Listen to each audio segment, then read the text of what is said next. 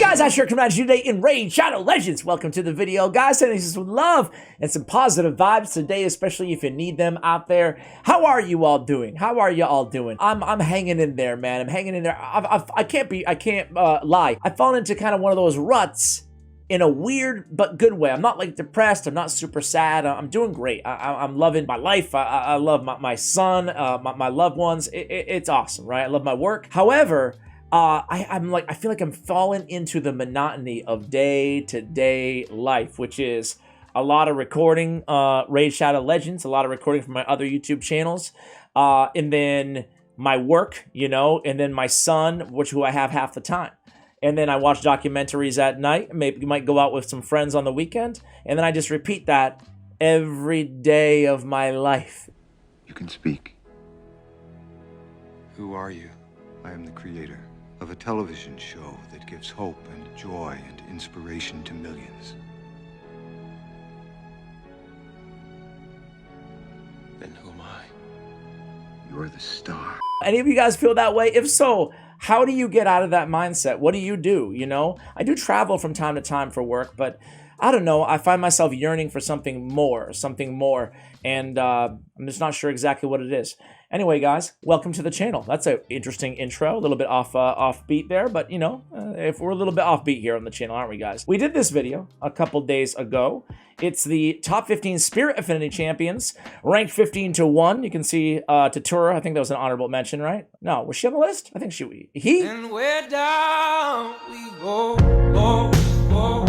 He was on the list. Either way, and then we had Washed Up Champions. That was a hot collab with Chosen. Man, we went at it in that video. He had some interesting choices. It only went live 21 minutes ago from the time of this recording, but golly, dude, that was insane. We get into some heated arguments about some of those champions. He had like Trunda on the list of Washed Up. Man, come on, Chosen, who I love. I was acting. Or was I? In this Spirit Affinity video, I said I was going to do Magic Affinity and Force Affinity and all the affinities, Void as well. So guys, without further ado, and there's a Turvold live arena video that just went live yesterday, so I'm recording like 2 days in advance right now. But either way, guys, welcome, because we're going to do the top 15, without further ado here, 3 minutes into the video, top 15 Magic Affinity champions inside the game, starting with an epic champion. Now, listen, guys, a quick disclaimer. I feel like I'm forgetting somebody like big time on this list. I don't know why, but I have that really, really awful feeling that I'm going to look at the comments and there's going to be like one comment at the top with like 500 thumbs up and it's like, you idiot, you missed blah, blah, blah. Sorry if that's the case. But anyway, we're starting out with Allure, actually, guys. I stand by this, man. I'm not trying to be cute and just include an epic champion just to include an epic champion. There's actually 2 on the list today. But I really do think Allure is that good. You know, she stands the test of time, man. She has the best control A1 in the game, in my opinion. I don't think there's anything even comparable to it. It just might be the best control champion in the game, right? Decrease target's turn meter in 3 increments by 25% each. It's just beautiful for so many different areas of the game. Fire Knight, half the Doom Tower bosses, anybody susceptible to turn meter decrease, right? She's so instrumental to so many teams as well. She's a champion who just can't replace, even with a lot of legendary champions in the game, or pretty much any legendary champion in the game. I think the only one in contention, they're a lot different too, would maybe be Lysandra, you know, just because she's got the full turn meter depletion and the AoE here on the A3. So that's Allure. Number 14, guys, is going to be a champion that I gotta say, I was so late to the game on this champion, on Tyrant Ixlamore. I pulled him late. Is the reason why. It's not because I was like vaulting him or anything like that.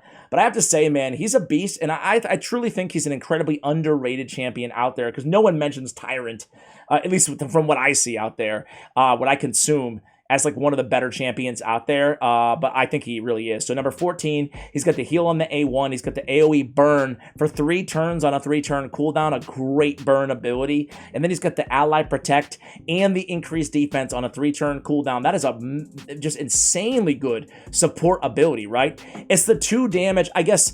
with Strengthen. It's 2 of the 3 biggest damage mitigators in the game. Big version of Strengthen, big version increased defense, and big version ally protect. And he's got 2 of them on a 3-turn cooldown. That's incredibly good. And then a mitigation on enemies under HP burn. So he's just an incredible damage dealer with the burns and a support champion. So I think the Tyrant is really, really good. You could argue rated a little bit too low at 14. Number 13 is going to be Crypt King Graal, another champion that I was so late to. I just pulled him maybe like 6 months ago, and I built him. It was one of those clan versus clan situations. You ever do that? You like build out a whole champion, but you don't put artifacts on them. You just wanted to book them out for the points. We don't do that here. That's exactly what I did with Crypt King for a while. Then I just started recently using him, and I tell you what, he's one of the better solo champions out there in the game. An AoE burn on a 3-turn cooldown, and then this A3 is a freeze on an AoE, and then look at this, freeze for 1 turn, HP burn debuff for 3 turns on targets already under HP burns that cannot be resisted. It's like the everlasting HP burner. It's a very, very good champion. Super fast. He's now on my main squad for Ice Golem Hard. I think he's probably, maybe there's Walking Tomb Drag, a few other champions out there, but like he's up there for the best Ice Golem Hard champions in my mind. And he's good in a lot of different dungeons. I don't mean to just pigeonhole him for one area of the game. Number 12 is going to be our other epic champion on the list, guys, and it is Dark Kale. You guys know me, man. I love Dark Kale. I did that Dark Kale Akemtum tandem video about a month or 2 ago, and boy, they're 2 of my faves. Dark Kale's incredible. He really does have a legendary kit, you know, a triple hitter with activation of 2 poisons or a poison and a burn on his A1, and this is an each hit 35% obviously independent chance at activating. That's really good. An AoE with a decreased attack. Critical hits are also going to increase the duration of all debuffs, a 3-turn cooldown, and then he's got the 3 poisons and a poison sensitivity on a 3-turn cooldown too. When we did that, the best epic champions in the game, that tier list, right, when we ranked them all out, I had Dark Kale really high, and somebody in the comments, you guys remember this when I did the You All Hate Me video? Somebody in the comments, it was this one right here, I'll show you in case you want to watch it later. No pressure, no pressure. I'm doing a lot of self-serving advertising here, I apologize. It was this video. Someone, you know what? I'm gonna stop you. You don't even have to watch the video. I'm just gonna try to find this dude. I think it was right at the it was the first comment that I mentioned. Look at this. Look at this right here. Right? It wasn't this guy. It was Armin. Dark Kale is probably one of the worst, most overrated champions because all the YouTubers constantly suck up the plarium on every Doom Tower champion. If you actually look at his abilities, he's underwhelming. The poisons on his 3rd ability aren't even AoE, and nobody uses single target poison anymore. Dude, come on. I'll never forget that comment. I'll never forget it. No hate, but hey, if you leave a comment on my YouTube channel, I'm liable to use it in the future, and I'm not going to blur out any names. What? Why wasn't I told? We got the poison sensitivity and the poison. He's just so incredible. He also mitigates crit rate on his passive. Just a tremendous champion. So instrumental to so many teams. Great for speed farming anywhere. Just good for bosses in general with that triple hitter in the activation. Fire Knight, any other dungeon boss. Just a great champion. All right, next up is going to be number 11. It's going to be my girl, my girl. Help.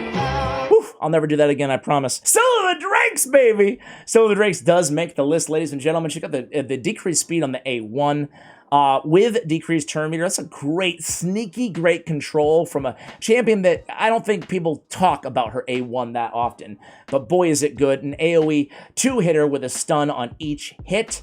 We also have a revive on a 4-turn cooldown with the ally protect and the speed on the passive. And the best part is she's free. She's free to everybody. When she was introduced to the game, especially, she still is, but especially when she was introduced a couple years ago, it was like the best thing Plarium ever did, you know, especially for free-to-play players. Give them a really quality control, healer, I didn't even mention the heal, and the revive with more control on the A1. Just a great, great champion. Number 10 is going to be Trunda Guilt Mallet.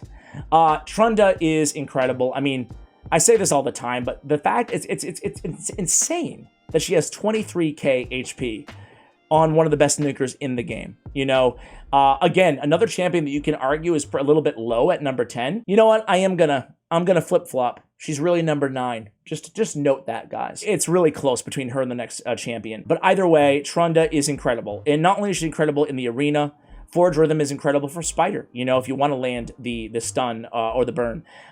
It's Cloak of Aegis is incredibly hard-hitting ability in the arena in Hydra. She's one of the best Hydra damage dealers as well. She's got the great resistance. Swift Justice is a nice little passive to have there as well, and a stun in the A1. And just tons and tons and tons of damage. You know, what more do you want? Trunda. And again, you could argue this one, kind of, it's almost a tie at 10, you know? And it's actually Rhonda, who I looked in Sacred Order for accidentally. Rhonda's just so good. I feel like she exceeded almost everybody. She exceeded my expectations. I never thought she was a trash champion at all, but I didn't know she was going to be this widely used in the end game. In the arena, she's used way more than Trunda right now, and that's crazy to say. It's crazy. But partially because of this block passive skills ability to neutralize some of those powerful champions out there with insane passives, right?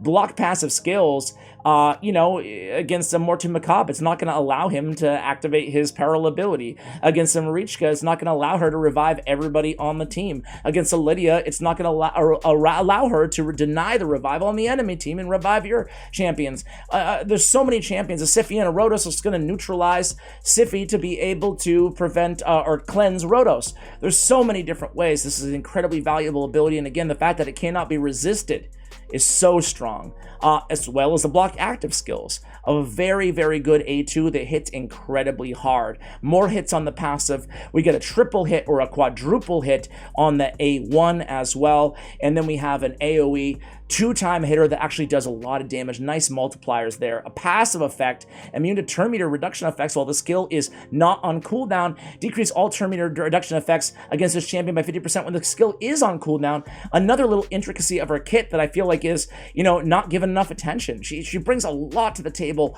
more than just damage, and I think that Rhonda is incredible. Number 8, guys. Number 8 is going to be, where am I going? This one, this one, this one, this one. Dude, what's up with my head today? Elva. Elva Autumnborn, great champion. She's got the revival on a 4-turn cooldown, 40%, 50% turn meter, increased defense, increased attack on that ally. So a great revival. She got the heal on the passive as well. And then she's got the cleanse, the block debuffs, and the increased speed. So she's got the heals, continuous heal on the A1. I mean, she's just bringing so much utility for one champion to the table. She really is the consummate support champion out there. 110 speed, 1300 on the defense, almost 20k on the HP, speed in all battles on the aura. Just such a great support champion in Elva Autumnborn. Number 7, Rhodos the Lost Groom. Rhodos, I think, is in a vacuum, is probably the best single target. Not probably, I think he's definitely, in my opinion, right? He's the best single target nuker out there inside the game. I made a video yesterday talking about Turvold and how I'm using Turvold more than Rhodos. That is not because, just to reiterate the point that I made in that video, it's not because I think that Turvold is necessarily better. They're much different champions. They're both incredible. But I think that right now, everybody's expecting Rhodos, so you can kind of trick him with a Turvold sometimes. I digress. Rhodos is, there's no one close. I mean, he's got the extra turn. If he takes an extra turn off this A1, it can be game over. It's such a big difference maker, right? He's got the Vitality Plunder on a 2-turn cooldown. You can charge up his max HP, and then again you can deny revival, right? Grant an extra turn on Fated Destruction if you kill an enemy. Allows you to come in back with the A2 and just kill another enemy. Incredibly hard hitting. He can't be one shot. He gets cleansed with Siphi's on the same team. And what more do I need to say? He's just an incredible champion, and he's one of the most used, obviously, live arena champions, PvP champions, but he's great in PvE as well. He's good on ally attack teams. He's great against Ice Golem. He just does so much damage, right? So Rhodos, number 7. Number 6 is going to be none other than, I faked it out there. I faked it out. It's going to be Dracomorph. So number 6, Dracomorph. I still love Dracomorph. We talked about him in the Chosen video. We got in a fight about Dracomorph being good or bad nowadays, or I should say good or not as good as he once was, to quote Toby Keith there. We have a poison on the A2. But we don't just have one, we have 4 poisons on the A2, big version. And then the weakened decreased defense and the same ability, 3-turn cooldown, and just a ton of damage, plus surplus damage on Seeping Pain.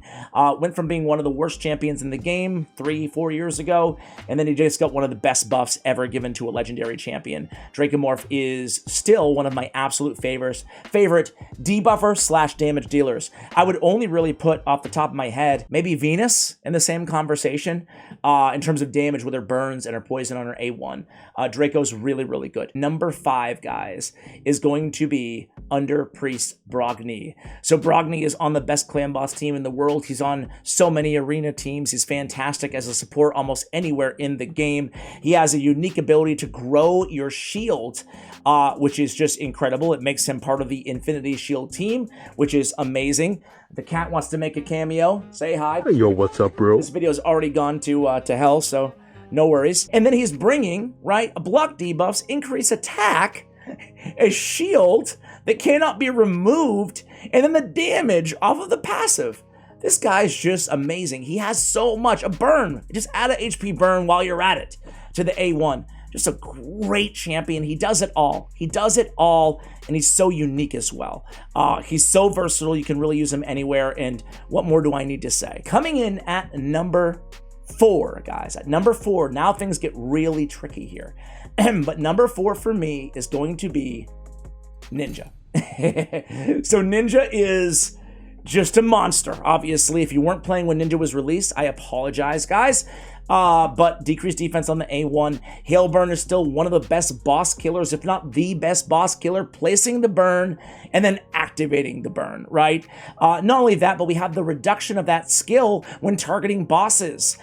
It will decrease the cooldown by 1 turn, allowing him to get back to more burns and more tons of damage, right? Amazing in Sand Devil, amazing in Hydra, amazing in Arena, amazing in Dark Fae, amazing in every dungeon. He's got the control, he's got the freeze, he's got it all. He's just really, really special champion and the king of damage dealer, especially against bosses. At number 3, Lady Kimmy, right next door. Lady Kimmy is amazing. First of all, look at her base stats, guys. She got 20k. She got, a little bit of damage too. She got 1100 on the defense and 115. That puts her as one of like the top 5 or so fastest champions inside the entire game. That is not to be overlooked. Her speed is amazing. It makes her incredibly viable along with her kit in the arena. Not to mention Hydra. Not to mention every dungeon and almost everywhere in the game. She also brings speed by 30% to Doom Tower battles, so great against almost every Doom Tower boss as well. I've said this before, but I want to start with her passive because to me, this passive is often overlooked on Lady Kimmy. It's what makes her incredibly special. One of the many reasons. Whenever this champion places a debuff on an enemy, also decreases that enemy's turn meter by 5% for each debuff place. Whenever this champion or an ally receives a debuff, fills their turn meter by 5% for each debuff received. Especially in Hydra, this is unbelievably powerful over the course of a longer battle against really any dungeon, any boss battle. It's really good. I mean, heck, it's good everywhere, right? On her A1, she has a attacks the enemy with the highest turn meter. The cat's going nutso. Me want food! Attack the enemy with the highest turn meter, then attack the same enemy twice. Second hit, 50% chance, make it 60, decrease the target's turn meter by 15%. Then she's got an AoE attack with decreased accuracy, decreased speed, decreased turn meter by 15% on that AoE, right? This is a 3-turn cooldown. And then she's bringing the opposite, essentially. She's bringing increased accuracy, increased speed to all allies. She's removing a random debuff from each enemy. She's placing a block buffs 100% when fully booked on enemies who have buffs removed. Man, she's such an incredible champion. She's so good. You get my point? Number 2, right here, guys. How about that? Right in order. Ninja, Lady Kimmy, Michinaki. You guys might be surprised. You might be shocked that I have Michinaki this high. I really think he's could be the second best Hydra clan boss damage dealer next to Acrizia, in my opinion. He's so good. And he's a debuffer, and he does everything else, right? He's got the HP burn on the A1, which is noteworthy when we look at his passive. Whenever an ally attacks an enemy under a Hex debuff, this champion has a 50% chance to join the attack. So he's placing the HP burns, 60% or 65 with Sniper, every time he joins the attack, which is a 50% chance every time anybody attacks. It's incredible. Plus, you put a War Master on him, it's more damage throughout the duration of a battle. It really adds up. An AoE would decrease defense on a 3-turn cooldown. Also has a 100% chance of placing a decreased attack on enemies under Hex. Then on his A3, attacks all enemies 2 times. First hit removes all buffs from each target. Second hit places the Hex on a 3-turn cooldown. What more do you want? Buff removal, Hex, decrease defense, decrease attack, HP burn, a bunch more damage, defense in all battles by 30%. Sign me up, Michinaki. What a boss. And then number 1 champion, guys, might not be a surprise to you. It's Prince Kaimar. And I think it's a no-brainer. He's one of the most versatile and powerful champions inside the entire game. You can make a case he's number 1 most powerful champion in the game. He has an AoE poison on the A1, making him a great option for, poison susceptible bosses like the dragon. He has an AoE Abyssal Gaze, attacks all enemies, removes all buffs, places a sleep. One of the best opening moves for the arena in the game on this ability. Removing all buffs, just fantastic with the sleep to CC them at the same time. And then Seal of Magics makes him one of the most used champions inside the entire game. Not only is it incredibly powerful in the arena and basically everywhere else, but it's the motor that runs so many poison combust teams or seer activation teams. It's incredible. And then of course speed in arena battles, one of the best speed auras in the game, tied with a few other champions in the arena. So guys, there it is. That's my top 15 Magic Affinity champions. What do you think? Where was I right? Where was I wrong? Who did I snub? Let me know in the comments below. Much love, guys, and as always, take care, guys.